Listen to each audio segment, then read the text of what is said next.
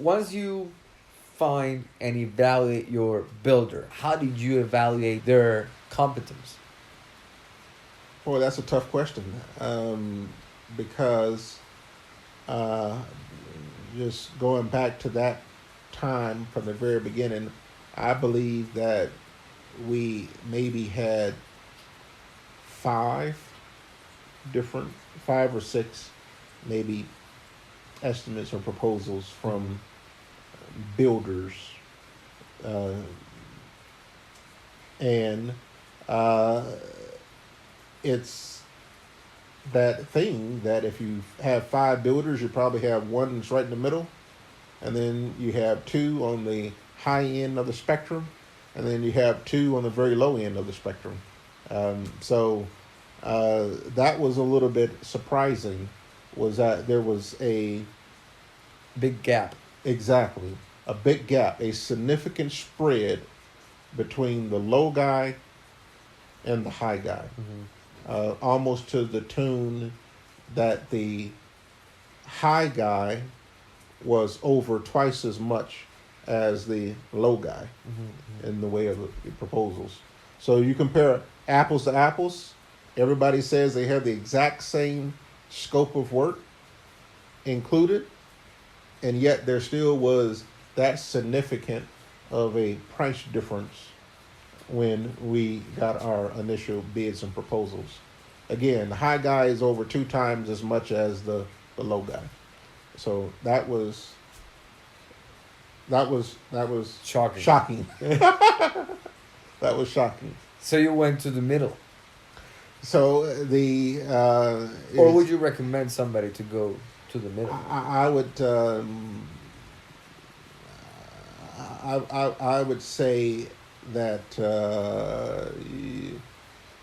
I would say I would probably say that you look toward the middle, but I would not necessarily reject the lowest numbers out of hand initially. I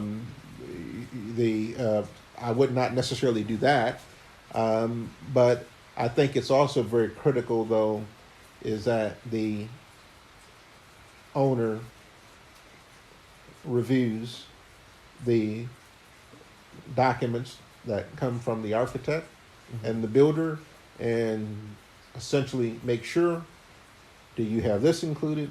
Do you have this included? Do you have this included? Do you have this included?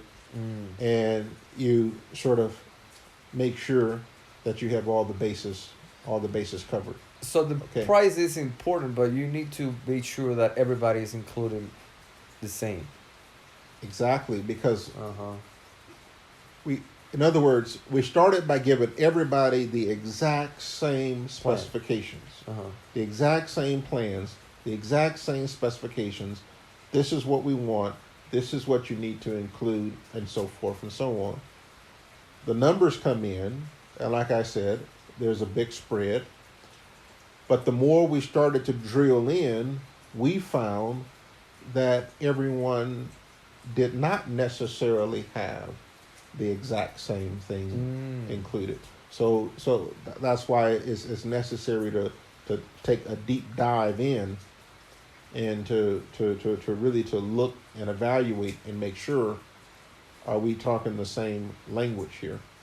Do you in fact have this and this and this and this and this? So one needs to look in very deeply, because even if you get the highest guy, it doesn't necessarily mean that he has everything included just because he's the highest guy. Doesn't necessarily mean that the guy that's the lowest doesn't have things included because he is the lowest. Does not necessarily mean that.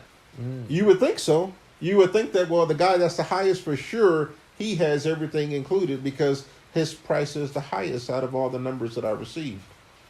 But not necessarily. Okay. Very interesting. You know? So if you like this clip, you have to watch this other clip. And if you want to watch the full playlist of clips, click here. Thank you for watching. Take care.